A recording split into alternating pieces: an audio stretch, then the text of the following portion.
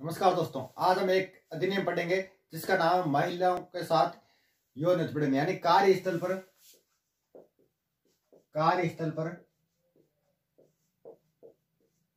महिलाओं के साथ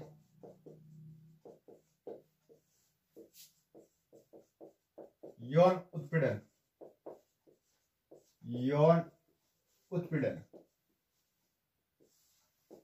कब का ये? तो ये 2013 का।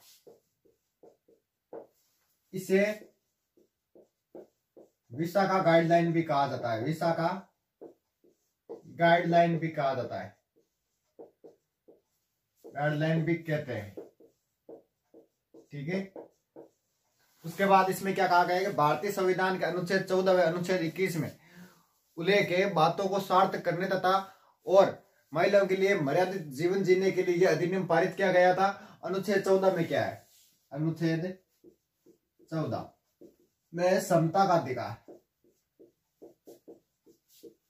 ठीक है। उसके बाद अनुच्छेद 21 में क्या है? अनुच्छेद 21 में यह कहा गया है कि जीवन जीने का सबको अधिकार है। जीवन जीने का अधिकार। ठीक है। और उसके बाद में कार्यस्थल पर यानी कार्यकाल में कम से कम 10 व्यक्तियों का समूह होगा। कार्यस्थल पर या कार्यकाल में लगभग 10 से कम से कम 10 व्यक्तियों का समूह होगा। 10 व्यक्तियों का समूह होगा कम से कम। ठीक है। ये नहीं कि आप कहीं पर भी महिला को एक जगह बैठा दो, एक महिला को कि आप यहां पर काम करो। ठीक है। उसके बाद में 1994 ईस्वी में विशाखा बेनाम राजस्थान सरकार। 1994 ईस्वी में विशाखा बेनाम राजस्थान सरकार। इसमें क्या कहा गया है? इसमें यह कहा गया है कि राज्य सरकार निर्देश जारी करती है, ठीक है, कि कार्यस्थल पर होने वाले महिलाओं के साथ यौन उत्पीड़न को रोका जाए। यानी कार्यस्थल पर होने वाले महिलाओं के साथ यौन उत्पीड़न को रोका जाए। ये कौन कहती है?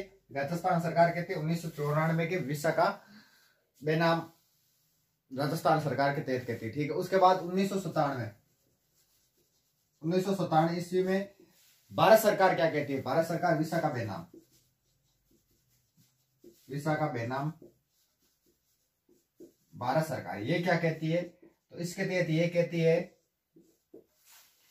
कि भारत सरकार ये निर्देश देती है इसके तहत कि कार्यस्थल में महिलाओं के साथ यौन उत्पीड़न उनके मर्यादित जीवन जीने का अधिकार का उल्लंघन करती है। ठीक है। और इससे क्या कहा जाता है? इसे विशाखा गाइडलाइन भी कहा जाता है। कार्यस्थल में महिलाओं के साथ यौन उत्पीड़न कब का? 2013 का। इसे विशाखा गाइडलाइन भी कहते हैं। और इसे लागू कब किया गया था? तो लागू किया गया था इसे 9 दिसंबर 2013 को। ठीक है। 9 दिसंबर 2013 को। उसके बाद में भारतीय संविधान में अनुच्छेद 14 और अनुच्छेद 21 में उल्लिखित बातों को सार्थक करने तथा महिलाओं के लिए मर्यादित जीवन जीने के लिए अधिनियम पारित किया गया। और उसके बाद कार्यकाल में कम से कम 10 व्यक्तियों का समूह होगा। और उसके बाद में 1994 ईस्वी में विशाखा बेनाम राजस्थान सरकार राज्य सरकार द्वारा निर्देश जारी करती है कि कार्यस्थल पर होने वाले महिलाओं के साथ यौन उत्पीड़न को रोका जाए। उसके बाद 1997 में विशाखा बेनाम भारत सरकार निर्देश जारी करती है कि कार्यस्थल पर महिलाओं के साथ यौन उत्पीड़न उनके मर्यादित जीवन जीने के लिए अधिकार का उल्लंघन करता है। बाद में हम पढ़ेंगे यौन उत्पीड़न की परिभाषा क्या होती है। ठीक है। यौन उत्पीड़न की परिभाषा।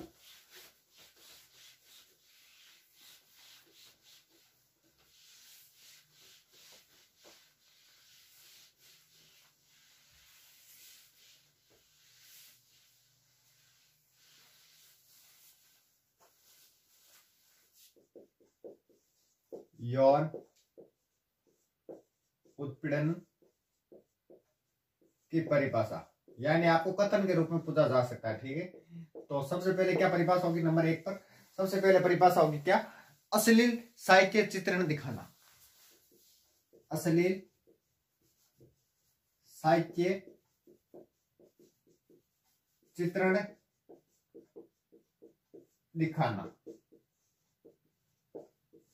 उसके बाद में नंबर 2 पर जो परिभाषा होगी होगा यौन संबंध बनाने की मांग करना, यौन संबंध बनाने की मांग करना, बनाने की मांग करना या फिर बाध्य करना, ठीक है, बाध्य करना या प्रेरित करना। उसके बाद नंबर 3 पर क्या आती है, बिना अनुमति के पास आना, यानी अगर महिला की अनुमति नहीं है और अगर उसके पास जाते हो तो अनुमति, बिना अनुमति के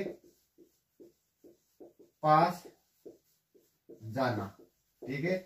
उसके बाद में नंबर 4 पर पॉइंट क्या है, यौन संबंध बनाने का प्रयास, यानी किसी महिला के साथ यौन संबंध बनाने का प्रयास, यौन संबंध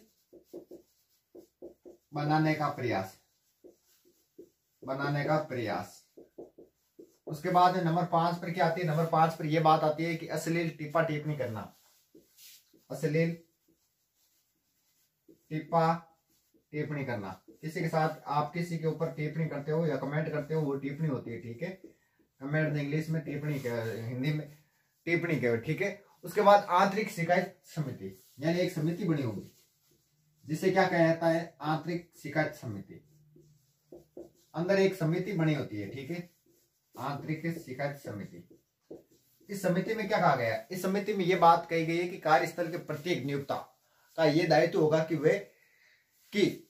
वे एक अधिकारी नियुक्त करें, यानी कार्यस्थल के प्रत्येक नियोक्ता, कार्यस्थल पर प्रत्येक नियोक्ता का दायित्व होता है, ठीक है, दायित्व होता है कि वह एक अधिकारी नियुक्त करे, कि वह एक अधिकारी नियुक्त करे कार्यस्थल पर, ठीक है, अधिकारी नियुक्त करे, नियुक्त करे, ये सबका दायित्व होता है, ठीक है। उसके बाद में एक न्यायिक अधिकारी, यानी कार्यस्थल की न्यायिक अधिकारी होगा वहीं पर भी, यानी कार्यस्थल की वरिष्ठ महिला अधिकारी होगी। न्यायिक अधिकारी कौन होगी, न्यायिक अधिकारी, न्यायिक अधिकारी वही होगी जो कार्यस्थल पर वरिष्ठतम, यानी वरिष्ठ महिला अधिकारी होगी, ठीक है। उसके बाद में उसके पद, योग्यता और अनुभव के आधार पर उसका चयन किया जाएगा। उसमें अन्य 2 सदस्य होंगे, कितने, 2, 50% सदस्य महिला सदस्य होगी और एक एनजीओ से नियुक्त होगा और गैर सरकारी संगठन से होगा और सोसाइटी ट्रस्ट से होगा, ठीक है। इसमें क्या होगा, महिला वरिष्ठतम, ठीक है, वरिष्ठतम महिला होगी और उसके बाद में पद, इसका पद, योग्यता, उसके आधार पर इसका क्या किया जाएगा, निर्धारण किया जाएगा, उसका अनुभव क्या, उसके आधार पर इसका निर्धारण किया जाएगा। इसमें अन्य 2 सदस्य होंगे, ठीक है, और उसके बाद में 50% इसमें क्या होगी, महिला सदस्य होगी, 50% महिला सदस्य होगी, महिला सदस्य होगी। उसके बाद में एक एनजीओ से नियुक्त होगा, एनजीओ से नियुक्त होगा, ठीक है, एक एनजीओ से नियुक्त होगी और गैर सरकारी संगठन से, गैर सरकारी संगठन से और सोसाइटी ट्रस्ट से, ठीक है। तो ये था क्या, न्यायिक अधिकारी।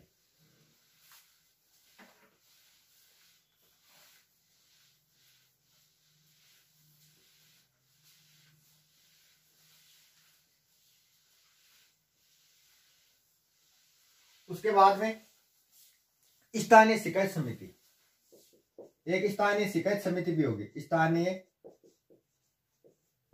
शिकायत समिति, स्थानीय शिकायत समिति। प्रत्येक जिला अधिकारी का कर्तव्य होगा कि वे एक समिति का गठन करे या अधिकारी का गठन करे। एक अधिकारी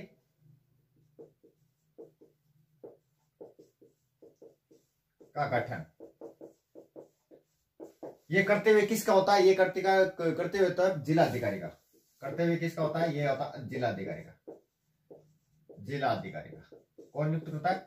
नियुक्त जिला अधिकारी करता है। ठीक है, कहां पर? स्थानीय शिकायत समिति में। उसके बाद में या तो एक समिति बढ़ा दे या एक अधिकारी का गठन कर दे। ठीक है, न्यायिक अधिकारी कौन होगा इसमें? जिले के समाज सेविका होंगे। न्यायिक अधिकारी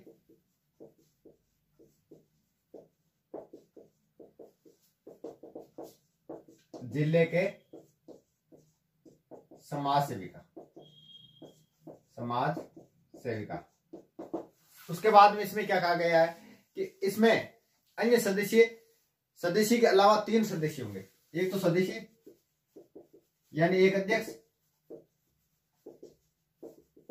3 अन्य, एक अध्यक्ष और 3 अन्य होंगे। एक एनजीओ से नियुक्त होगा, इन 3 में से एक एनजीओ से नियुक्त होगा, और एक कहां से होगा? एक होगा महिला सदस्य,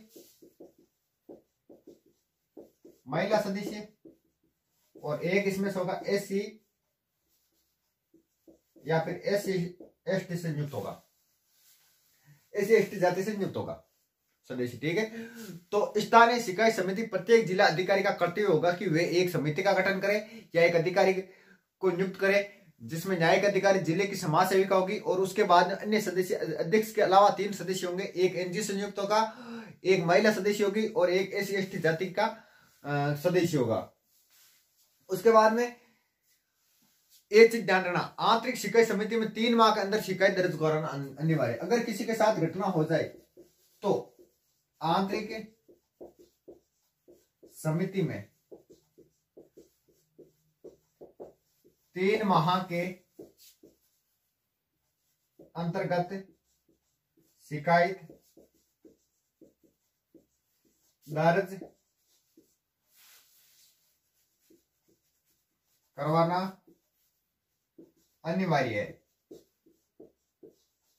ठीक है, और उसके बाद में इसके कुछ नियम है जो मैं अभी बता देता हूं। देखो कौन कौन से 2-4 पॉइंट है वो आप ध्यान में रखना, क्योंकि कई बार आजकल जो है क्वेश्चन आने लगे परीक्षा में कैसे कथन के हिसाब से, यानी कथन पूछे जाते हैं कि निम्न में से कौन सा कथन सही है, सत्य है या फिर असत्य, ऐसे पूछा जाता है। तो आंतरिक शिकायत समिति के अंदर 3 माह के अंदर शिकायत दर्ज करानी चाहिए। आंतरिक समिति में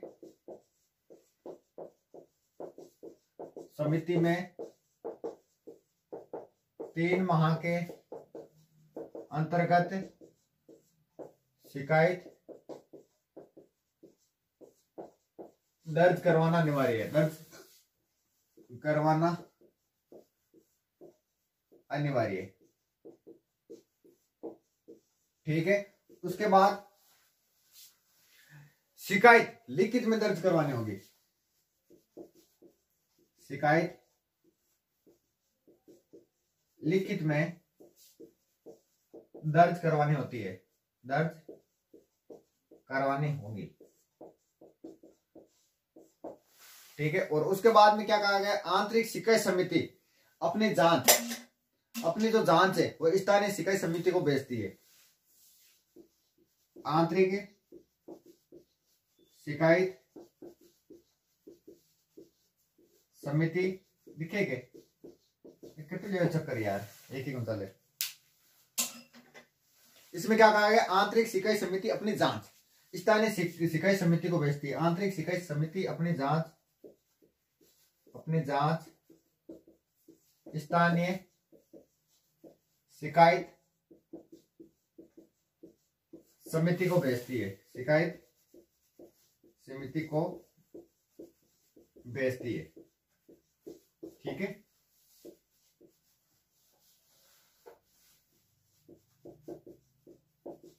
आंतरिक शिकायत समिति अपनी जांच किसको भेजती है? स्थानीय शिकायत समिति को भेजती है। उसके बाद दोनों समितियां असमर्थ होने पर जांच मजिस्ट्रेट या पुलिस को सौंप दी जाती है। यदि दोनों समितियां असमर्थ होती है, यदि दोनों समितियां जांच से असमर्थ होती है तो जांच मजिस्ट्रेट या पुलिस को सौंप दी जाती है, पुलिस को सौंप दी जाती है। उसके बाद में स्थानीय शिकायत समिति आरोपी के खिलाफ निम्न आदेश जारी कर सकती है। कौन कौन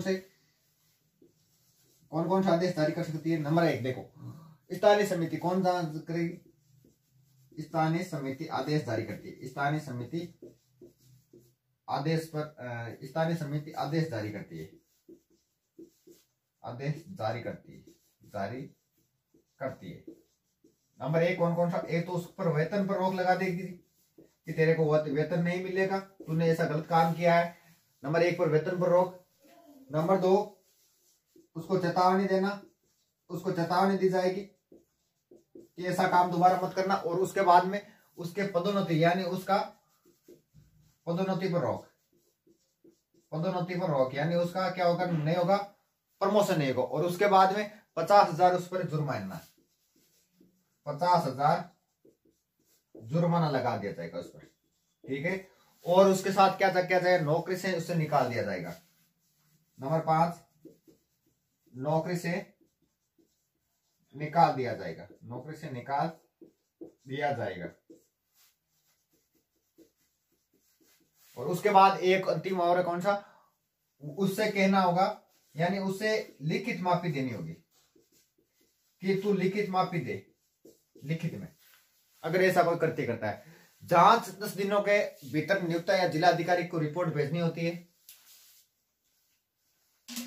एक बार इसका स्क्रीन छोड़ दो, उसके बाद कुछ 2-4 पॉइंट और है वो लिखा देता हूं।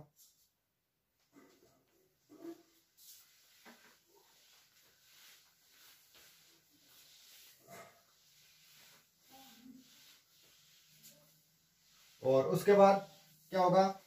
इसमें देखो समय भी मिलेगा, कितने दिनों को मिलेगा वो मैं अभी बता देता हूं।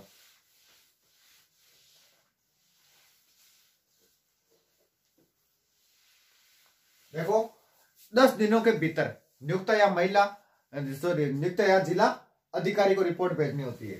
कितने दिनों के अंदर? 10 दिनों के भीतर, ठीक है। नियुक्त या जिला अधिकारी को 10 दिन में ये हो गए, ठीक है। ये काउंट यहां पर कर रहा हूं मैं 10 दिन, ठीक है। 10 दिन तो ये हो गए। उसके बाद नंबर 2 पर क्या है पॉइंट? नंबर 2 पर ये है कि 60 दिनों में फैसला अनिवार्य है। 60 दिनों में फैसला अनिवार्य,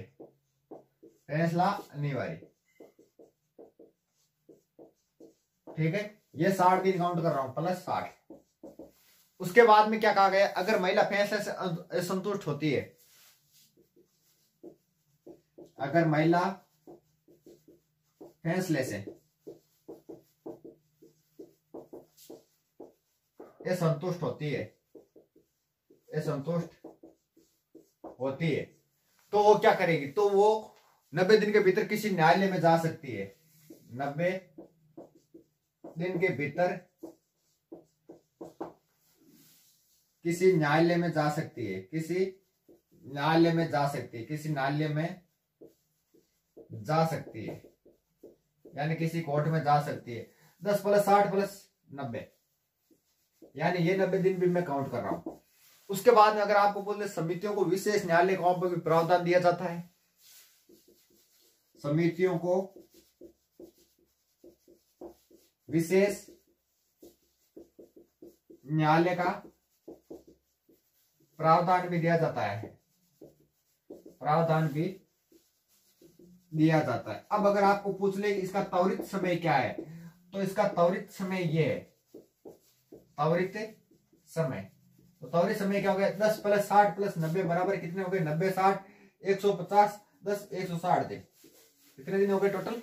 160 दिन इसका समय होता है। उसके बाद आगे जो हम नेक्स्ट अधिनियम पढ़ेंगे वो पढ़ेंगे RT एक्ट 2009 जिसका होता है राइट टू एजुकेशन, ठीक है, यानी शिक्षा का अधिकार हम आगे पढ़ेंगे, ठीक है, तो आज के लिए इतने, आगे हम नेक्स्ट क्लास में मिलेंगे।